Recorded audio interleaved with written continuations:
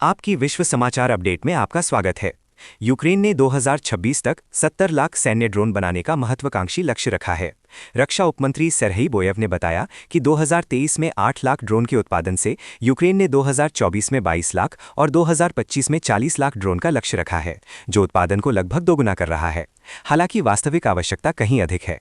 अनुमान है कि प्रत्येक ब्रिगेड को प्रति माह लगभग 2500 एफपीवी ड्रोन की आवश्यकता होती है। कीव की रणनीतिक योजना में फ्रंटलाइन पर किल जोन को 20 किलोमीटर से 100 किलोमीटर तक बढ़ाना, रूसी हमलों से निपटने के लिए वायु रक्षा को मजबूत करना, लंबी दूरी की तोपें हासिल करना और रूसी युद्ध मशीन की कमजोरियों पर हमला करना शामिल है। इस रणनीति को लागू करने के लिए यूक्रेन को 2026 में $120 अरब की आवश्यकता होगी।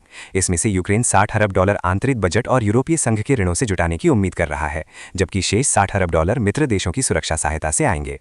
बोयेव के अनुसार इस राशि का लगभग 80% ड्रोन उत्पादन, वायु रक्षा प्रणालियों, मिसाइलों और तोपखाने के गोले पर खर्च होगा। अंतर्राष्ट्रीय समर्थन की निरंतरता रूस को अपने इच्छित सैन्य लक्ष्यों को प्राप्त करने से रोकेगी।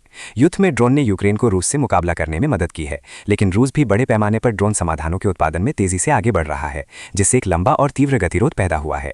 जहां यूक्रेन तकनीकी नवाचार में आगे रहता है, वहीं रूस पैमाने और मानकीकरण में उत्कृष्ट है। रूस फाइबर ऑप्टिक नियंत्रित ड्रोन जैसे महत्वपूर्ण क्षेत्रों में भी आगे हैं, जो सामान्य इलेक्ट्रॉनिक जैमिंग के प्रति प्रतिरक्षित हैं। यूक्रेन की उत्पादन बढ़ाने की योजना में अन्य देश भी भूमिका निभा रहे हैं। ब्रिटेन ने प्रोजेक्ट ऑक्टोपस शुरू किया है, जो वायु रक्षा ड्रोन उत्पादन का विस्तार करने में यूक्रेन की मदद करेगा। जर्मनी भी यूक्रेन डिजाइन किए गए ड्रोनों के बड़े पैमाने पर उत्पादन का समर्थन करेगा। यूक्रेन अपनी युद्ध परीक्षित तकनीक के निर्यात के लिए कानूनी ढांचा भी बनाना चाहता है, जिससे महत्वपूर्ण हथियार खरीदने और अपने युद्धकालीन बजट का समर्थन करने के लिए राजस्व मिलेगा।